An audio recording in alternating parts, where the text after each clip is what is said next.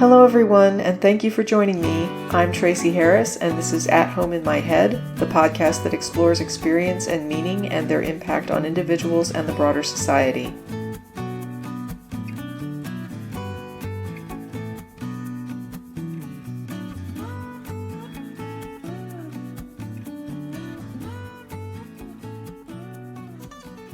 I was looking for something to watch on TV last night to wind down before going to bed. I logged into Tubi to see what they had on offer, and after a few minutes landed on Fahrenheit 9/11, a documentary about the Iraq War. I remember when it came out, but somehow I'd never seen it, so I watched it. I was somewhat confused when it started out with Osama bin Laden and 9/11 because that wasn't even tied to Iraq or the war in Iraq. But the documentary wanted to show how the Bush administration at the time had tried to connect those things. And they certainly did try to make them mesh together.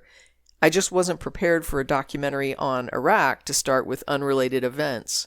I get it though, because it was tied in by propaganda during the Bush administration. I'm not saying it didn't make sense, but as someone who understands those things aren't related, it was kind of a moment of, oh, okay, he's diving into the propaganda that was being pumped out at the time. The war in Iraq isn't related to what I want to talk about in this episode, but 9/11 is. So I thought it would be a good place to start to reference how things changed in the U.S. after 9/11, especially for Muslim citizens. In a PBS article I used as a source for this episode, a Muslim U.S. citizen talks about how their religion prior to 9/11 was seen just as unique and a curiosity. But after 9/11, they were viewed with suspicion and treated as if they were a threat. Farhana Kara, the co-founder of Muslim Advocates, says, "That day is seared into my memory banks. It's a day I will never forget. You know, I grew up in a small town in upstate New York, and in the America I grew up in, my family was viewed as a curiosity, not a threat. But in an instant on that morning, things would change. And ironically, as the orders were given for me and my colleagues to flee the Senate office complex because we believed actually that Flight 93 might be heading our way, I, ironically, was in a meeting to discuss legislation being introduced by my boss at the time, Senator Feingold, to end racial profiling by law enforcement. And at that time, the conversation about biased policing was really primarily focused on African Americans and Latinos. But now the conversation would change." End quote. It got me thinking about people in younger generations who don't remember a time before the War on Terror and 9/11. I remember Trump promised he'd implement a total ban on Muslims entering the country. His base ate it up like red meat. Later, when he discovered you can't actually pass laws in the U.S. that discriminate based on religion, he targeted Muslim countries and reframed it as a ban on certain nations. It was funny how almost overnight the same people who had been cheering on Trump's promise to ban Muslims now would spit back, "It's not a Muslim ban," as though they aren't the kind of racist, xenophobic people who would dare to support a ban on someone simply due to their religion. And before I get comments about how being anti-Muslim isn't racist, let me just say that very often, historically and currently, people have used highly correlating features as methods of executing racist agendas in ways that pretend they're about other things. We used to have literacy tests for voting, and we knew there would be some white people who weren't literate who would be barred from voting. But that was an acceptable sacrifice because it would be mostly black voters negatively impacted by it. That's how racism works a lot of the time, when being overtly racist isn't in vogue. And that's what the Muslim ban, or the majority Muslim country ban, was actually about. It was to appease white citizens who wanted to use terrorism to stem the tide of the brown-skinned Arabs coming into the U.S. because they were frothing at the mouth racists willing to believe any horrible thing about these people who look different. It wouldn't be at home in my head if I didn't skip around from topic to topic without segues, so stick a pin in that last thought and come with me to something called Operation Northwoods. And for folks who have heard of this, if you're rolling your eyes, let me at least get where I'm going with this. It's probably not where you think. And for folks who take it seriously, you may be disappointed because this is not going to be the episode where I proclaim 9/11 was a false flag. Someone sent me some content recently about classist hierarchies, and I ended up looking at some book reviews of books by an author named Vincent Bevins. In one of the customer reviews of the book, someone mentioned Operation Northwoods, and I was curious and looked it up. Much like COINTELPRO, it's one of those historical facts about U.S. history that leaves you even more disturbed and disillusioned than you were before. If you've heard of it, you understand what I mean. If you haven't, then buckle up because this is a wild f***ing ride. I need to be clear. I've been forewarned that Operation Northwoods is a go-to bit of U.S. history for many conspiracy theories. I am not advocating for any of them. And if you Google, I cannot promise that you won't find some strange things. I'm not going down those paths. Apparently, one such path is that 9/11 was a Northwoods-style false flag operation, and even though I'm going to talk about some of the fallout of 9/11, this episode is not about how or why it happened. But in whatever capacity Operation Northwoods is used, the operation itself is historic fact, not conspiracy or fantasy. So let's all be clear on this. Operation Northwoods is for real. It was a real operation put to a U.S. president, and there is no debate on that. Whether or not it ties into any future events or similar operations is not my concern here, and just because we're talking about Operation Northwoods, that should not be taken as me validating other theories from other people claiming the government has done other things they believe follow a similar pattern. So as long as we're clear on that, let's proceed. I'm going to read the opening intro from Wikipedia on Operation Northwoods. And those of you who have listened to this podcast before understand that I use mainstream sources as much as possible, something as simple and straightforward as Wikipedia, because it's generally very generic information. So the fact that there's a Wikipedia article about this shows how not hidden it is. So this is knowledge. Operation Northwoods was a proposed false flag operation that originated within the U.S. Department of Defense of the United States government in 1962. The proposals called for CIA operatives to both stage and commit acts of terrorism against American military and civilian targets, blame them on the Cuban government, and would be used to justify a war against Cuba. The possibilities detailed in the document included the remote control of civilian aircraft, which would be secretly repainted as U.S. Air Force planes, a fabricated shoot-down of a U.S. Air Force fighter aircraft off the coast of Cuba, the possible assassination of Cuban immigrants, sinking boats of Cuban refugees on the high seas, blowing up a U.S. ship, and orchestrating terrorism in U.S. cities. The proposals were rejected by President John F. Kennedy. Fidel Castro had taken power in Cuba in 1959 and began allowing communists into the new Cuban government, nationalizing U.S. businesses and improving relations with the Soviet Union, arousing the concern of the U.S. military due to the Cold War. The operation proposed creating public support for a war against Cuba by blaming the Cuban government for terrorist acts that would be perpetrated by the U.S. government.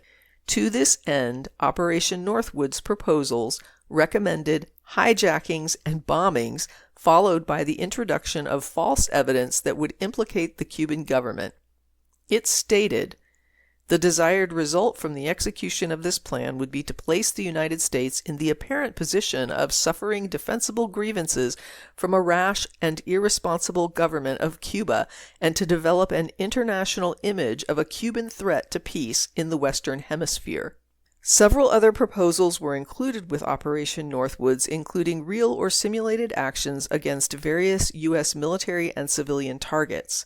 The operation recommended developing, quote, a communist Cuban terror campaign in the Miami area, in other Florida cities, and even in Washington, end quote, which involved the bombing of civilian targets, which was to be blamed on the Cuban government to paint false image of Castro and misinform the American public. The plan was drafted by the Joint Chiefs of Staff, signed by Chairman Lyman Lemnitzer, and sent to the Secretary of Defense. Although part of the U.S. government's anti-communist Cuban project, Operation Northwoods was never officially accepted. It was authorized by the Joint Chiefs of Staff, but then rejected by President Kennedy. None of the false flag operations became active under the auspices of the Operation Northwoods proposal. End of the Wikipedia passage. When I first read this, my first thought was, phew, I am so glad Kennedy rejected that. But my next thought was, and then he was unalived. And after that, I thought, let's not go there. And finally, I was hit by a horrifying reality. Despite the fact Kennedy rejected it, the fact that this plan was formulated and fleshed out by U.S. intelligence and that the intelligence groups thought this was something the president should consider speaks loud and clear to culture. Our intel agencies and folks very close to the president were totally comfortable setting these proposals on the desk of a U.S. president and thinking they'd be taken seriously. And had Kennedy been a different sort of person, we would either be living with the knowledge that our government did these things to us once upon a time, or we'd be calling people who suggested our government caused these things conspiracy theorists. Between this and COINTELPRO, I have to say that conspiracy thinking in the U.S. is something our government needs to own and take responsibility for. With COINTELPRO, we've talked before in this podcast about how they did a load of illegal things, including assassinating citizens for things like feeding hungry children and asking for racial justice. They infiltrated and disrupted groups that weren't doing anything illegal. Their mission was to maintain the status quo of social hierarchies, and the federal and local officials worked together against citizens to spread misinformation, make false arrests, surveil, and even kill people who were acting within their legal rights. And at the end of all of that, there was no record or paper trail of any of the folks involved seeing justice for their crimes. These authorities break the laws they're supposed to uphold, and they aren't held to account because they are the law enforcers. And these same shenanigans were turned up at protest after protest and in movement after movement long after COINTELPRO was dismantled. They retired the program, not the tactics. But what if there had never been a break-in at all in that FBI office? We'd think that people claiming these things were silly and paranoid. We would call them conspiracy theorists. When a friend of mine told me what their brother had said about why they stopped participating in the Occupy movement, local police following them home, phone surveillance, if I hadn't read so much about COINTELPRO and subsequent protest activities with BLM and indigenous land events, I'd have thought he was paranoid and silly. But when I heard it after doing the reading I've done, my response was, oh yeah, that tracks. And it was after that when I came upon Chris Hedges discussing these same things with regard to the Occupy movement specifically. Clearly, it would be ludicrous for me to say that because of these things, COINTELPRO and Northwoods, all conspiracies should be believed or that they're all credible. I'm only saying that when you look at the crap our government pulls and has pulled, you start to see why so many people suspect the government and have trouble trusting them as a reliable source for citizen information or security.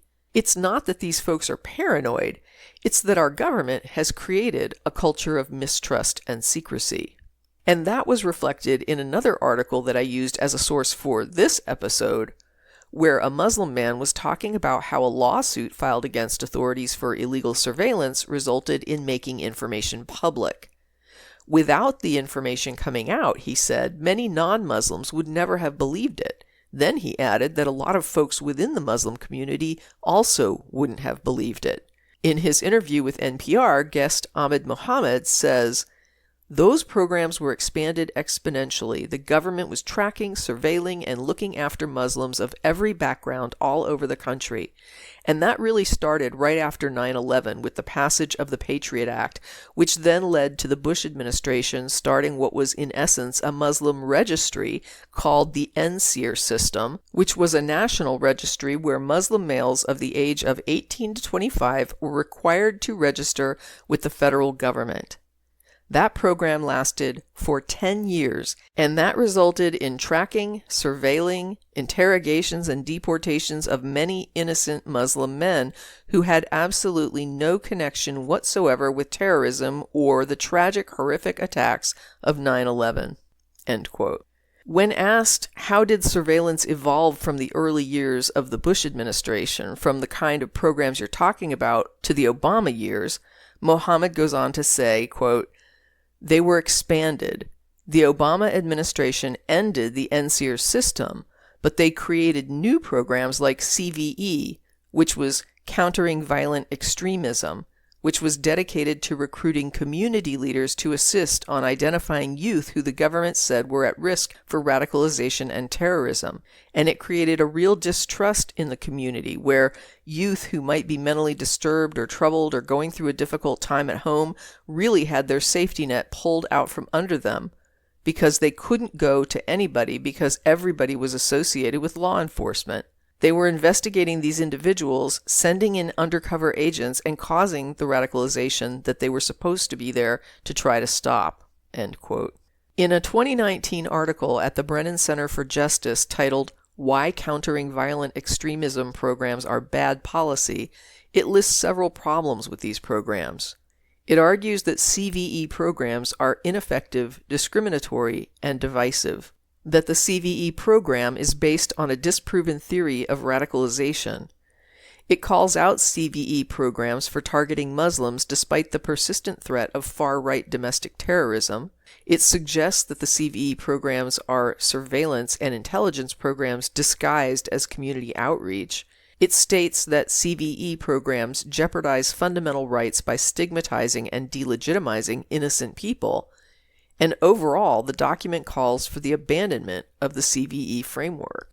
When Mohammed goes on to address the lawsuit that was filed against the New York PD for illegal surveillance, he says, "So the lawsuits educated the public on what was going on at the NYPD and how they were surveilling Muslims at such a systemic and everyday level, one that ordinary Americans probably didn't believe. Even Muslims themselves sometimes didn't believe it. The other thing that the lawsuits did was it created some minor reforms to prohibit the NYPD from investigating on the sole basis of religious activity. But that didn't stop surveillance, right? They have programs to scan your social media feeds. They have cameras at every corner that have facial recognition. They have ways to hack into your phone, into your laptop. So the human asset that they were so dependent on for 15 years, they're less reliant on those." End of quote. He also notes, quote, "The NYPD themselves have stated on the record that this 15-year program of mapping and surveilling Muslims resulted in 0 leads related to terrorism. It was a complete failure, and the reason for that is that Muslims are not engaged in this type of activity.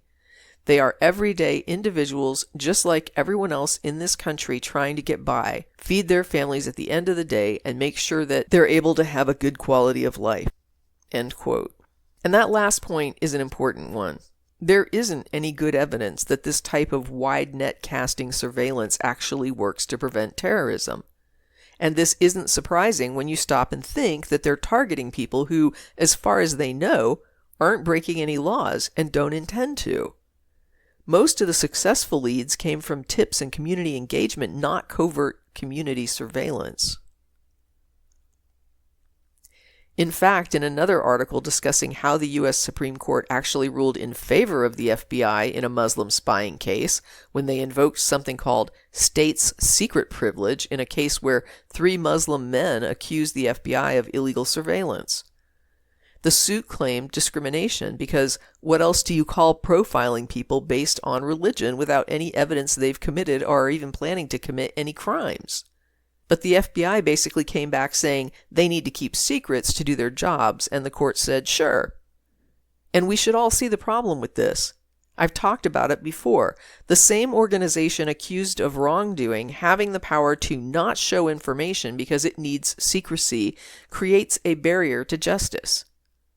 If they have the power to hide evidence for security reasons, and you can't see it, how do we vet that it's actually a threat to security rather than a way to hide evidence and avoid accountability?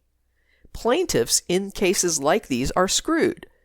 And I would guess that's why we keep seeing local and federal agencies abusing their authority in this way, because we don't have a good way to make them accountable. Even when they are exposed, we don't see any consequences. The best we can hope for is that they close these operations. But then we see the tactics continue, so nothing gets fixed, generation after generation. But also in this article, where the FBI was accused of infiltrating mainstream mosques in California to target Muslim Americans for no other reason than their religion, it points out, quote, the lawsuit focused upon a 14-month period in 2006 and 2007 when the FBI paid an informant named Craig Motley to gather information on Muslims as part of a post-September 11th terrorism investigation. Motley met with Muslims in Southern California, adopted a Muslim name, and said he wanted to convert to Islam. Motley also recorded conversations and conducted surveillance, according to the papers. The arrangement unraveled when Motley started making statements about wanting to take violent action. Community members reported him to the local police and obtained a restraining order against him, according to the papers. End quote. So the FBI was trying to surveil everyday Muslims as terrorists. They planted an asset in their midst who then tried to introduce illegal ideas into the group, and the group then turned him in to authorities for being a scary person. The only one acting like a terrorist then was the FBI's own asset.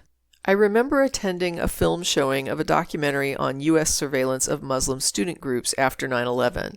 So this wasn't a totally new thing for me, but it fits into the rest of the illegal surveillance episodes. I don't know if I will do any more of these or many more because it's starting to feel like rinse and repeat. But that's kind of the point, to show that this isn't just a thing that our government did in the 60s and then stopped. It's how the U.S. does intelligence. It uses it to attack citizen movements that promote revolutionary levels of change, or even sometimes are just doing charity work. And it reminds me of a quote I heard recently. Quote, if you are making two types of demands on elites, and one type of demand is going to take away their money and privileges, and the other type of demand is purely symbolic or cultural, you're going to get the symbolic or cultural one. End quote. That again is Vincent Bevins. Another quote I heard from him in the same interview involved a similar theme of incremental change. Quote, you can only surprise the ruling class once. Once they've seen a very specific tactic succeed, usually, if possible, they're going to set up a counterattack for that. They're going to create defenses for something like the Cuban Revolution, unquote. It was an incredible interview by the Real News Network featured on the Chris Hedges report about a month ago, and I will provide the link to that in the description. The idea of Muslim Americans being a risk to the nation due to dual loyalty is also something we see often in discrimination and bigotry. We saw this with Japanese internment camps during the World War II years. Simply being ethnically Japanese was enough to lock people up. What's also interesting, though, is that this is also something we see with anti-Semitism. In the episode about Henry Morgenthau Sr. and his views as a prominent American Jewish citizen against Zionism, he talked about how Jews globally had suffered because they were othered and not seen as fellow citizens in the nations in which they lived. He feared that the idea of Israel and Zionism would resurrect this particular slander and mistrust against Jews. Recently, Donald Trump used this very trope of Jews having dual loyalty in several comments he made. I was actually confused because he was addressing Jewish Americans, and when he talked about their country, I thought he was referring to the USA. But he meant Israel. Again, these are U.S. citizens who are Jews, not Israelis here on visas. The comment I heard was simply that he was suggesting U.S. Jewish citizens should consider Israel their country rather than the U.S. But when I Googled for the quote, it got worse. In Business Insider, Trump is quoted as calling Netanyahu your prime minister. In other articles, he actually attacks Jews who don't vote for him as not loving Israel and says Jews who vote Biden, quote, should be spoken to, unquote, whatever that means. So Trump is not only accusing Jews in the U.S. of dual loyalty, but actually suggesting they're bad Jews if they aren't loyal to Israel. To be clear, many Jewish organizations and individual Jewish citizens have spoken out in recent months to make it completely clear that although Israel labels itself a Jewish state, not all Jews support Israel, Israeli policy, or Zionism, and that it has nothing to do with Judaism. Sort of how most basketball players are tall, but certainly not all tall people are basketball players. I would be remiss if I did not represent the voices of those being slandered by this. The following is one such statement.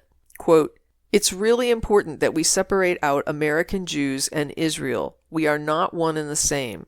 It's anti-Semitic to suggest that we are," said Sophie Elman-Golan, a progressive Jewish strategist. "When politicians treat Israel, including support for Israel, as a stand-in for Jews, that's what they're doing," unquote. Another quote reads, "A lot of the right-wing support for Israel is inherently anti-Semitic, coming from a point that all Jews should go live there and leave us alone," Stein said.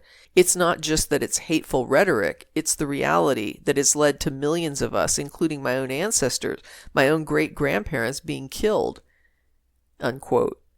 And finally, quote, "Trump was willing to say that on a Rosh Hashanah call because he's not speaking to Jews," Lubow said. "It's about pandering to his white evangelical Christian base," unquote. But that's what we were doing as well to Muslim Americans. And let me take some time to give a summary of what exactly was happening. For a really good explanation of how this all kicked off, I do recommend Fahrenheit 9/11, which is, again, free to view on Tubi. I mentioned it earlier, but it really hits the nail on the head for how we manipulated events on 9/11 to create a terrorist boogeyman out of Muslims. There were multiple targets on September 11th, all strategic, but the one that hit the biggest nerve for obvious reasons was the World Trade Center in New York City. The attacks had a profound impact on the United States and created significant shifts in the country's political, social, and cultural landscape. The attacks resulted in about 3,000 deaths and caused widespread fear that our government actually helped fuel. In the immediate aftermath of 9/11, there was a strong sense of unity and solidarity among Americans, with an outpouring of support for the victims and their families. However, this unity was accompanied by a heightened sense of vulnerability and a desire for swift action to prevent future attacks. The U.S. government, under President George W. Bush, launched a global war on terror, vowing to dismantle terrorist networks and hold accountable those responsible for the attacks. This led to the invasion of Afghanistan in October 2001, with the goal of ousting the Taliban regime, which had harbored al-Qaeda leaders, including Osama bin Laden.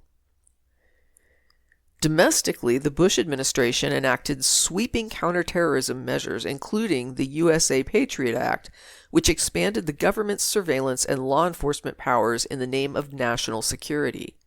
These measures were framed as being aimed at preventing future attacks and disrupting terrorist activities, but they raised concerns about civil liberties and government overreach. The post-9/11 atmosphere in the United States was characterized by heightened security measures, increased scrutiny of individuals perceived as potential threats, and a climate of fear and suspicion, particularly towards Muslim Americans and immigrants from Muslim-majority countries. Racial profiling, discrimination, and hate crimes against Muslims surged in the aftermath of the attacks, exacerbating existing tensions and divisions within the society. Overall, the post-9/11 atmosphere of the United States was marked by a combination of patriotism, resilience, fear, and uncertainty as the nation grappled with the enduring impact of the deadliest terrorist attack in its history and sought to navigate the complexities of a global war on terror. The Patriot Act expanded law enforcement's access to citizens' personal information like phone and bank records. Under the guise of preempting potential threats and identifying radicalized individuals, the FBI employed a range of covert tactics, including the use of informants, monitoring of electronic communications, and infiltration of campus activities. Additionally, President George W. Bush secretly authorized the National Security Agency to eavesdrop on Americans' international phone calls without warrants. Meanwhile, the FBI relaxed guidelines on intelligence gathering investigations. Previously, the levy guidelines established in 1970s had limited law enforcement's information gathering and required clear evidence of a national security threat before conducting full investigations. However, new guidelines in 2002 and 2008 broadened the FBI's authority, allowing surveillance without the need for evidence of suspicion. This change has enabled monitoring, including of communities like American Muslims, without specific cause for suspicion. Now, all that's required is something called an authorized purpose. Faiza Patel, one of Brennan Center's national security experts, was quoted as saying, quote, "The authorized purpose could be, well, I want to prevent terrorism, so I'm going to go spy on this Muslim community in Dearborn, Michigan," unquote. Despite being over a decade old, these guidelines remain in effect, perpetuating surveillance practices that some argue unfairly target certain communities and undermine civil liberties. The U.S. Patriot Act, which stands for Uniting and Strengthening America by Providing Appropriate Tools Required to Intercept and Obstruct Terrorism Act, was enacted by the United States Congress in response to the 9/11 terrorist attacks. Here's a summary of its impact on surveillance powers. It expanded surveillance authority. The Patriot Act significantly expanded surveillance powers of law enforcement and intelligence agencies, allowing for increased monitoring of communications, including phone calls, emails, and internet use.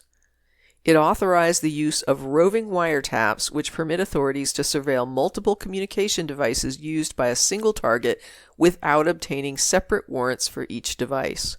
It allowed enhanced data collection. The Act granted authorities broader access to personal and financial information held by third parties such as banks, telecommunications companies, and internet service providers. This included provisions allowing for the collection of business records, including library and bookstore records, without the need for a warrant. It loosened restrictions on intelligence sharing. The Patriot Act facilitated greater cooperation and information sharing between law enforcement agencies and intelligence organizations, enabling an exchange of intelligence gathered through surveillance activities. It removed certain legal barriers that had previously hindered communication and collaboration between these entities. It expanded the national security letters. The Act expanded the use of National Security Letters, or NSLs, which are administrative subpoenas used by the FBI to obtain sensitive information such as financial records and subscriber information from internet service providers without judicial oversight. This raised concerns about potential abuses of power and violations of privacy rights. Overall, the U.S. Patriot Act significantly expanded the government's surveillance powers in the name of national security, granting authorities broader authority to monitor individuals and collect information without the traditional safeguards and checks on government power. While supporters argued that these measures were necessary to combat terrorism and protect public safety, critics raised concerns about potential violations of civil liberties, erosion of privacy rights, and the potential for abuse of surveillance powers. Based on what we've talked about in prior episodes, these concerns are well-founded. The FBI provided several justifications for increased surveillance measures following September 11th. The primary justification given by the FBI was the imperative to enhance national security and prevent future terrorist attacks. In the aftermath of 9/11, there was a heightened sense of vulnerability and concern about the potential for additional terrorist threats, prompting law enforcement agencies to adopt a more aggressive surveillance to identify and disrupt terrorist plots before they could be carried out. The FBI argued that increased surveillance was necessary to assess and respond to the evolving threat posed by terrorist organizations, particularly those with transnational networks and sophisticated capabilities. By monitoring individuals and groups suspected of terrorist involvement, the FBI aimed to gather intelligence and identify potential threats to U.S. interests, both domestically and abroad. Part of the problem being that these suspected terrorists were often not doing anything illegal, and they weren't terrorists. Another justification provided by the FBI was the need for preemptive action to prevent terrorist attacks before they could occur. In the post-9/11 era, there was a shift toward proactive approach to counterterrorism, with law enforcement agencies seeking to disrupt terrorist activities at an early stage by monitoring communications, tracking financial transactions, identifying individuals associated with extremist ideologies. Which sounds good until you realize that who they're using this against aren't terrorists. The FBI cited the legal authority that was granted to it by the USA Patriot Act and other legislation enacted in the wake of 9/11 as justification for increased surveillance measures. The expanded powers conferred by these laws, including enhanced surveillance authority, greater access to personal information, and streamlined procedures for obtaining warrants and subpoenas, provided the legal framework necessary for the FBI to conduct surveillance operations more effectively. And yet we know that these broad sweeping surveillance efforts were ineffective. Some of the methods that they used toward Muslim student groups and local Muslim communities after 9/11 as part of this counterterrorism effort can be summarized as follows. The FBI utilized informants and undercover agents to infiltrate Muslim student groups and local Muslim communities. These individuals were tasked with gathering intelligence, monitoring activities, and reporting on suspected extremist behavior or rhetoric within the communities. But as we've already heard, they were actually introducing radical ideas into these communities so hard that the communities themselves were concerned. The FBI conducted electronic surveillance, including monitoring phone calls, emails, internet communications, to collect information on individuals and groups suspected of terrorist activities, aka any Muslim. They conducted physical surveillance, they conducted covert operations and sting operations, they used data collection and analysis, collecting and analyzing data on individuals and groups associated with Muslim student organizations and local Muslim communities, including demographic information, travel patterns, financial transactions, and social media activity. The data was used to profile and track individuals deemed to be potential threats or persons of interest, which panned out as nothing. The actual result was an assault on citizens. The First Amendment is supposed to guarantee freedom of speech, religion, association. We've talked about some of these things before. The FBI's surveillance activities targeted individuals and groups based on their religious affiliation or political beliefs, infringing on their rights to practice Islam and engage in lawful, peaceful activities without fear of government scrutiny or interference. The Fourth Amendment protects against unreasonable searches and seizures and requires law enforcement agencies to obtain warrants based on probable cause before conducting surveillance or searches. The FBI's covert surveillance methods, including electronic surveillance and physical surveillance, often bypass these legal safeguards, leading to warrantless monitoring of individuals' communications and activities. The Fifth Amendment guarantees due process of law and prohibits deprivation of life, liberty, or property without that due process. The FBI's use of informants, undercover agents, and sting operations raised concerns about entrapment and the violation of individuals' due process rights, particularly when individuals were targeted based on their religion or ethnicity rather than evidence of criminal activity. The right to privacy is implied in several constitutional amendments and encompasses the protection of individuals' personal information and activities from unwanted intrusion by the government. The FBI's surveillance operations, which involve the collection and analysis of sensitive personal data, such as phone records, internet activity, and financial transactions, infringes on individuals' privacy rights without sufficient justification or oversight. Equal protection rights. So the 14th Amendment guarantees equal protection under the law and prohibits discrimination based on race, religion, or national origin. The FBI's targeting of Muslim student groups and local Muslim communities for surveillance and infiltration raised concerns about discriminatory profiling and the stigmatization of individuals based on religious or ethnic background. These actions highlighted the need for greater transparency, accountability, and adherence to constitutional principles in law enforcement efforts to combat terrorism while upholding the fundamental rights of all citizens. Targeting individuals based on religion and ethnicity in the context of FBI surveillance and infiltration post 9/11 involved discriminatory profiling and the singling out of individuals and communities perceived to be associated with Islam or of Middle East descent. The FBI's surveillance activities disproportionately targeted individuals who were perceived to be Muslim or of Middle Eastern descent, reflecting a form of racial and religious profiling. This profiling often relied on stereotypes and assumptions about the association between Islam and terrorism, leading to unjust scrutiny of innocent individuals solely based on their race, ethnicity, or religious affiliation. Muslim communities across the United States, including mosques, cultural centers, and student groups, were subjected to heightened surveillance and monitoring by the FBI in the aftermath of 9/11. This surveillance was often based on the assumption that these communities were potential hotbeds of radicalization and extremism, leading to the indiscriminate monitoring of lawful, peaceful activities. Individuals perceived to be Muslim or of Middle Eastern descent faced discriminatory treatment by law enforcement authorities, including increased scrutiny at airports, border crossings, and other points of entry, as well as discriminatory profiling in law enforcement encounters. This treatment contributed to feelings of marginalization, alienation, and distrust within Muslim communities. Targeting individuals based on religion and ethnicity undermined their civil liberties and constitutional rights, including the rights to freedom of religion, freedom of speech, equal protection under the law. It also perpetuated a climate of fear, suspicion, and prejudice, leading to social and cultural tensions within American society. The FBI's targeting of these individuals contributed to the stigmatization of Muslim communities and fueled anti-Muslim sentiment and discrimination in broader society. This backlash manifested in hate crimes, discriminatory policies, and negative stereotypes perpetuated by media and political discourse, further exacerbating the marginalization of Muslim Americans. The FBI's lack of transparency and accountability in surveillance operations targeting Muslim student groups and local Muslim communities was a significant concern, contributing to suspicions of abuse of power, violations of civil liberties, and erosion of trust between law enforcement agencies and affected communities.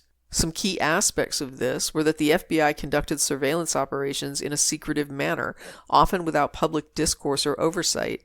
This lack of transparency made it difficult for individuals and organizations targeted by surveillance to know they were under investigation, hindering their ability to challenge the legality or necessity of these actions. The FBI's surveillance operations were conducted with limited judicial oversight, particularly in cases involving the use of national security letters, or NSLs, and other intelligence gathering tools authorized by the U.S. Patriot Act. These administrative subpoenas allowed the FBI to obtain sensitive information without court approval, bypassing traditional checks and balances on government power. Much of the information gathered through the FBI surveillance operations was classified or withheld from public disclosure on national security grounds. This classification made it difficult for individuals and advocacy groups to assess the scope, the methods, the impact of the surveillance activities, and to hold law enforcement agencies accountable for potential abuses. The FBI's surveillance operations operated with limited accountability mechanisms in place to ensure compliance with legal and ethical standards. Oversight bodies such as the Department of Justice's Office of the Inspector General and congressional committees faced challenges in conducting meaningful oversight due to the classified nature of intelligence activities and the reluctance of law enforcement agencies to disclose sensitive information. And as a result, individuals and organizations subjected to FBI surveillance often faced obstacles in seeking redress for potential abuses or violations of their rights. Legal avenues for challenging surveillance operations, such as lawsuits alleging violations of constitutional rights, were often complex, time-consuming, and costly, making it difficult for victims to obtain meaningful remedies or hold the government agencies accountable. And this is very reminiscent of the episode on free speech that detailed how the federal government actually used lawsuits as a weapon. There are multiple cases to choose from. The Associated Press first reported that the NYPD had placed informants or undercover officers in the Muslim student associations at City College, Brooklyn College, Baruch College, Hunter College, City College of New York, Queens College, LaGuardia Community College, and St. John's University.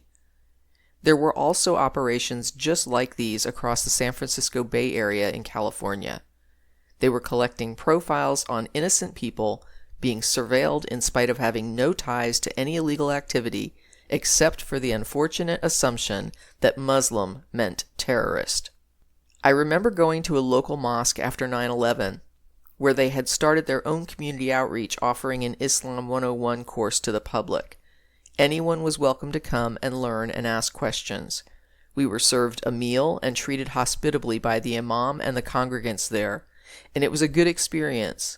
This was back when I was still doing secular activism, and I asked them tough questions, and I felt that the answers that they gave were thoughtful and sincere. But while the mosque used this as an opportunity to help build ties with the community and to help educate people about the Muslim community members, it was sad that the burden of rebuilding trust fell on these good citizens when it is our government who latched on to religious identity to create mistrust and put them at risk. These communities were left feeling stigmatized and marginalized. It eroded trust within the communities and also with law enforcement. Surveillance of these communities had a chilling effect on them, as individuals became hesitant to engage in lawful, peaceful activities out of fear of being targeted or labeled as extremists. It stifled activism, advocacy, and community organizing efforts within the Muslim community. And we see this again and again in many communities. It also takes a psychological and emotional toll on people, the constant surveillance and monitoring. It leads to stress, anxiety, and trauma. The sense of being under constant scrutiny and suspicion contributed to feelings of insecurity, isolation, and vulnerability, and exacerbated existing social and mental challenges within Muslim communities. Also, in weaponizing lawsuits, individuals and organizations subjected to FBI surveillance were often facing legal and financial burdens associated with defending their rights and reputations. These lawsuits required significant resources and time to pursue, placing a strain on individuals and organizations already grappling with the impact of surveillance and discrimination. The overall impact of this surveillance was profound and multifaceted, with long-lasting consequences for trust, cohesion, and well-being.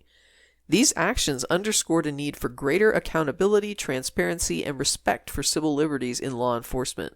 Outside of criticizing these law enforcement efforts, there's research into better tactics, alternative approaches to counterterrorism that aim to address security concerns while also respecting civil liberties. Some of these approaches include better community engagement and partnerships, intelligence-led policing, prevention and intervention programs, legal and policy reforms, international cooperation and diplomacy.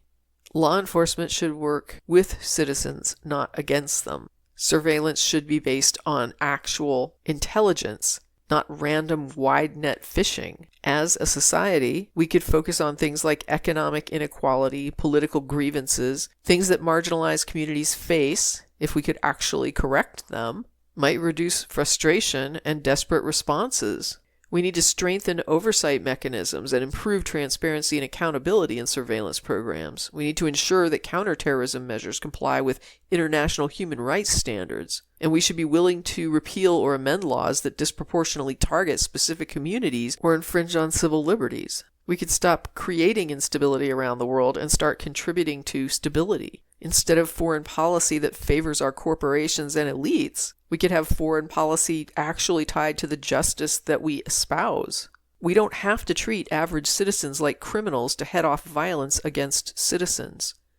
And methods that foster more openness and honesty and cooperation with citizens rather than pitting our system structures against ourselves would actually be more effective. But I can't honestly say that I believe the narrative that all of this was intended to keep citizens safe.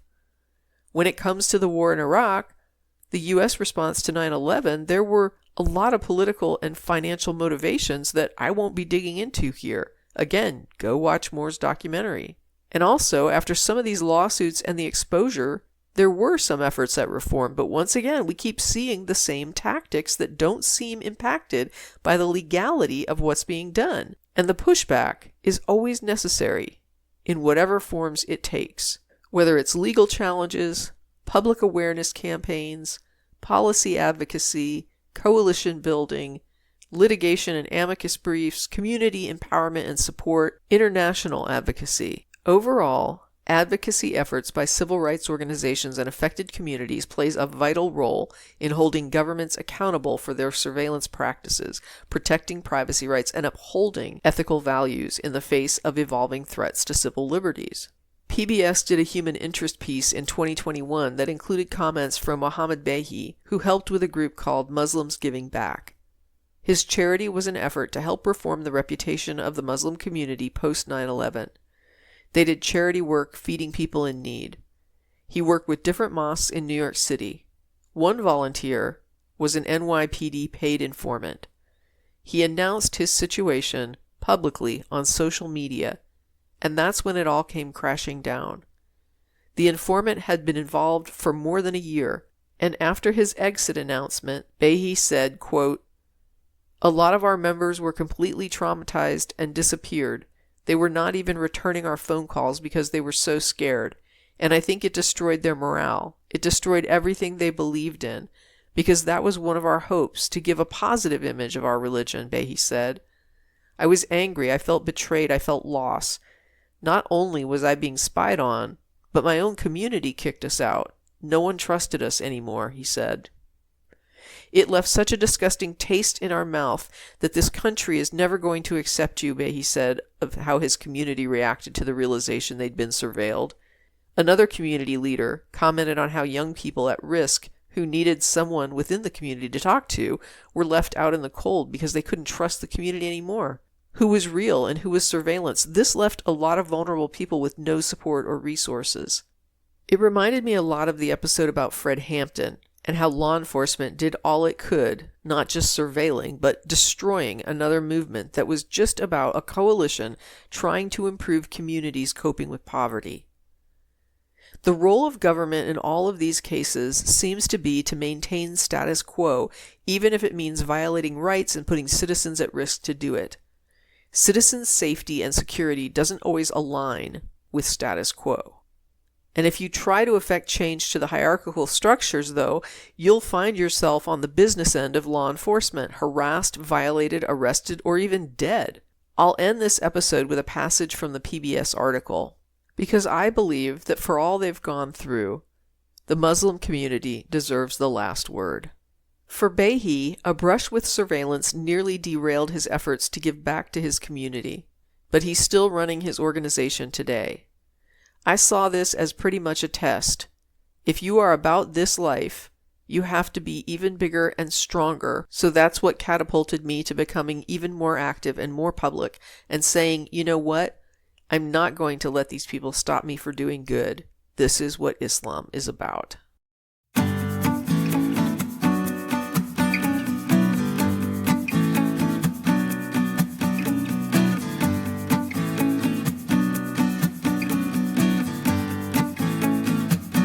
That's it for this episode of At Home in My Head, exploring experience and meaning in individuals and the broader society. Like and subscribe if you enjoy these talks, and in the meantime, stay safe, be well, and never stop exploring.